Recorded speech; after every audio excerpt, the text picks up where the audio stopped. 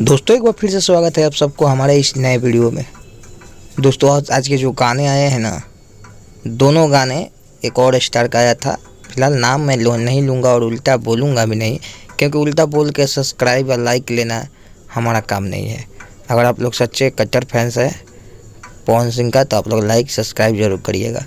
चलिए आप सबको आज इस गाने का मतलब कि दिखाऊँ कि किसने कितना व्यूज़ कलेक्शन किया है।